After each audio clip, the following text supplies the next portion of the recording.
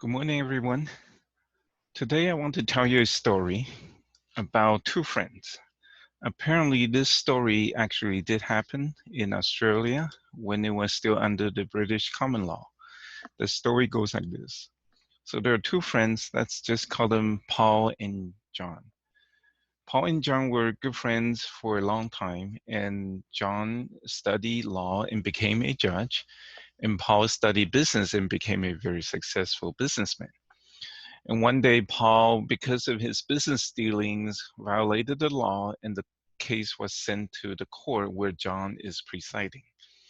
Normally, a judge will avoid taking a case of someone who is known to the judge. But in this particular case, back then, maybe there were no such rules, so John took the case.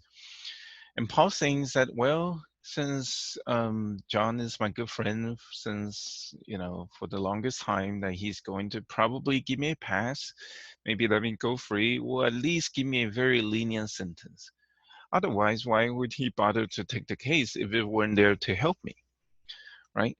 So Paul was very confident that he will get away easy this time, but during the trial, it was very obvious that Paul did commit a crime, and the evidence were so strong that it's really hard for anyone to say that Paul can get away with this. But still, Paul thinks that John is going to help him out by giving him a more lenient sentence, or even find a way to let him go free. During sentencing, John declared that Paul is indeed guilty, and he gave Paul the heaviest punishment, the longest jail term possible under the law, and the heaviest fine possible under the law. As you can tell, that Paul was not very happy. I mean, he thought, hey, you're my good friend. Even if you couldn't let me go free, at least you can give me a lighter sentence and a smaller fine because the law allows you to do so.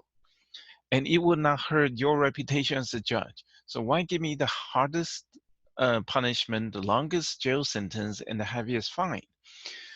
While he was still upset about this, John walked down from his seat, took off his wig, which those British judges used to wear, and he said, Paul, my friend, in this country, we have the law that says that one person can voluntarily take on the punishment of another person.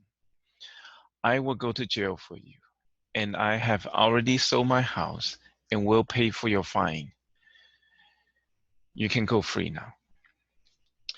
Now, this story sounds very touching, but nobody knows what happened at the end because there's not supposed to be an ending to this story because each and every one of us is Paul. Paul represents every single human being in front of a God and deserving to be punished. And this story actually illustrates a major issue in the Bible. That is the conflict between justice and love. Justice and love are both good things, but in this particular case, they come in conflict. And usually one cannot choose to have both, right? In the Chinese legend, once a student came and asked Confucius, if King Shun, who is a very benevolent king, if his father commits murder, what should King Shun do? And Confucius' answer was this. He said, well, he should resign as the head of the state and take his father and escape to the ends of the earth so to protect his father, because filial piety is the most important virtue, and it trumps justice. It trumps his responsibility to the state. So even in the story, you can tell that Confucius did not find a way for this great king to fulfill both justice and love. He had to choose one, and his recommendation was to choose love over justice, right? But as you can tell, John figured out a solution that allows him to keep both justice and love. He gets to keep justice because he is a judge of the country, and he needs to follow the law and enforce the law. but he also found a way to keep his friendship with his friend Paul by sacrificing himself. You may not like this decision, but this is the only way John can think of that can allow him to fulfill both love and justice, and that involves sacrifice. This is actually not an easy decision for Paul to make either, because he had to make a decision on what to do when his friend offers to take up his punishment.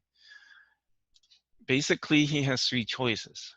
One is to accept the punishment and let John take the punishment for him. Basically, he needs to admit that he's guilty and then that accept the punishment transfer from him to John. Most people may actually find that very hard to do, because I don't think I can live with myself if I knew that I committed some crime and my friend is in jail and lost his house because of me. So the second option is probably what normal, decent person would do, is to confess that he is guilty and take the punishment himself. But he also actually has a third choice. He could deny the charges and appeal to the higher court and try his luck and see if the next judge will find him not guilty or not. You know, and in this story, it was pretty obvious that he was guilty. So it's not like that he's really going to get a different sentencing, and there's new evidence. So his choice is basically to do the first two, one of the two, accept and take John's offer, or confess and take the punishment himself. What John was actually offering Paul was a get out of jail free card. You know, I put on this card from the game Monopoly. You know, it's a favorite card that you want to get at the beginning of the game, because when you're like in a hurry to grab properties, the last thing you want to do is actually have to waste money to get out of jail, or to, you know, wait 2 turns and lose chances to buy properties. This is, and what John did is actually called substitutionary atonement. And in the Bible, we see the substitutionary atonement by Jesus. And I put a symbol here. You may have seen this symbol on all the ambulances. It's a symbol of a snake on a rod. This symbol actually has its background in the book of Exodus. And one day, the people committed a serious offense to God, and God allowed a plague to go among the people, and people were dying right and left. And Moses asked the Lord to forgive him, and God said, okay, make a bronze snake and put it on your rod and raise it. Raise it high, and anyone who looks at this rod, looks at this snake, will be healed and not die.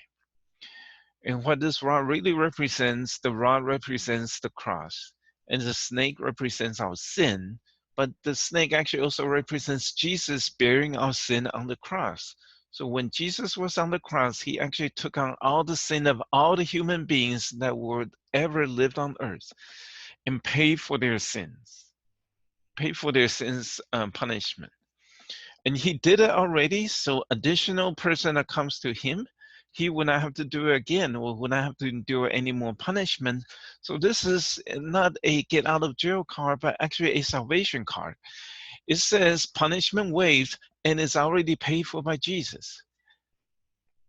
It's already paid for. You would not have to, Jesus would not have to pay for more of your sin if you take this offer. It's already paid, it's prepaid. So the question is, do you want it or not? Well, and let's look at the decision matrix of Paul, and now let's put yourself into the decision box. You have the right to accept the offer and let Jesus atone for your sin. And since Jesus already paid for your atonement, you accepting his offer will not cause any more pain for him. Or you can say, okay, I'm guilty and I want to take the punishment myself. Well, trust me, you don't want to take the punishment yourself, because hell is not a nice place to be. It's a place where you cannot find God. It's probably a place where there's nothing good in there, okay? And your choices, you can say that, hey, I'm not guilty, so I'm going to just wait out and appeal to God when I face him. Well, just remember that in the story that Paul looked pretty guilty.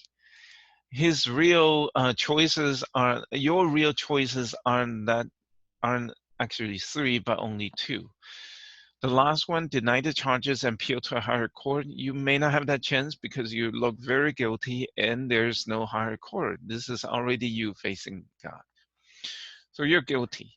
Now you can either accept Jesus's offer, atonement offer, and let him atone for your sin without him having to endure any more pain for you. Or you say, I don't want Jesus. I will take the punishment myself.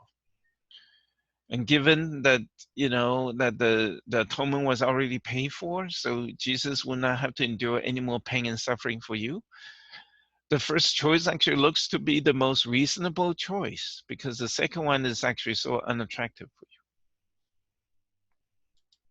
So how can you be saved? The story also tells us the process of salvation. First one is that you have to understand what you're getting into. You have to know that you're a sinner. You have to admit you're a sinner and that you cannot pay the proper price for your sin. You cannot pay the price, but someone else can, and he already did, and that's Jesus. So Jesus paid for your sin through substitutionary atonement, so you no longer have to pay for it, and he will not suffer more because of you accepting his atonement for you. And therefore, this is the best choice, but you have to understand, you have to want to do it. So that comes to the second point. You need to be willing to accept it. Believe it or not, even when people are told that Jesus already paid for your sin, some people still are not willing to accept it for a variety of reasons. Some people don't want to admit that they're sinners, even though they know they are sinners. And some people say, oh, I don't believe this. This sounds too good to be true. I don't believe in Jesus. And sadly, if they don't give God a chance to actually show them how this is real, some people will say, oh, I don't want to accept this offer by Jesus. I would just become a good person, be a good person, and I don't have to endure eternal punishment. Well, this is something that people can choose to believe or not, but like I said, Jesus made the best offer already. If you don't accept it, I don't know if there are any other offers that's real, that's actually going to do what Jesus did. Right? And then there's the step of taking action. The requirement is that you have to proclaim your decision by praying the sinner's prayer and get baptized. Why praying the sinner's prayer? Well, it's like Paul has to admit that he's guilty and therefore he deserves the punishment. And when he says that he is guilty and deserves the punishment, that's when the punishment can be given to him and then transferred to John for him to pay on behalf of Paul. If you don't believe, if you don't say you're a sinner, that you deserve to be punished, then you have no right to accept a punishment transferred to someone else, because according to you, you don't deserve to be punished, right? And the second thing, the Bible says that you have to confess that you're a sinner and accept Jesus and get baptized. Baptism is a ritual. And baptism is only one of the two rituals in the New Testament because it is very important for people to understand what it actually says. Baptism actually says, when I walk into the water and I'm totally immersed in the water, I'm basically buried in the ground. I'm dead. The old me, the sinful me is dead. And when I come out of the water, I come out like Jesus' resurrection from the dead. I'm coming out as a new person who's without sin, because Jesus had taken my sin to the grave with him. His sacrifice on the cross bore my punishment for me. And so baptism is a sign, it's an outward sign of something that you have already confessed, that I'm a sinner and I accept Jesus' offer, and therefore my sin is taken away by Jesus. Then there's also the issue of the impact of the judge's decision on the businessman. If this person, if Paul has any decency at all, then he will always remember that my best friend gave up his life of maybe 30 years and sold his house to pay for my punishment that I fully deserve. Any decent human being would not forget this. This kind of mercy, this kind of self-sacrifice should induce people to want to live a new life. A changed heart, that's what we hope to see in Paul, will lead to a changed life.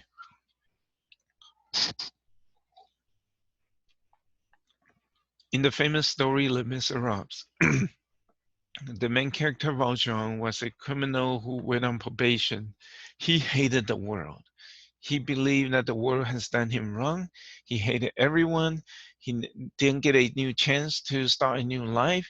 He was very hateful until the day when he met a priest who took him in, gave him food, and Valjean actually stole his silverware and was captured by the police. And when the police brought him back to the priest said, "Oh, I actually gave him the silverware for him to trade it for money to start a new life." And after the police left, he told Valjean that, "Take these silverware and become a new man, for I have bought your soul with these silver utensils." And his heart was completely changed, and therefore his life was changed. So the rest of the story was a story of his changed life and changed heart, becoming a merciful person, making sacrifice for other people. This is the kind of heart that we should all have, because we should all remember Jesus' sacrifice for us, and that should lead us to have a changed life. And so during this period of Easter, let's remember what Jesus did for us, and that our life should change because we fully understand the sacrifice he has done for us. May God bless his message.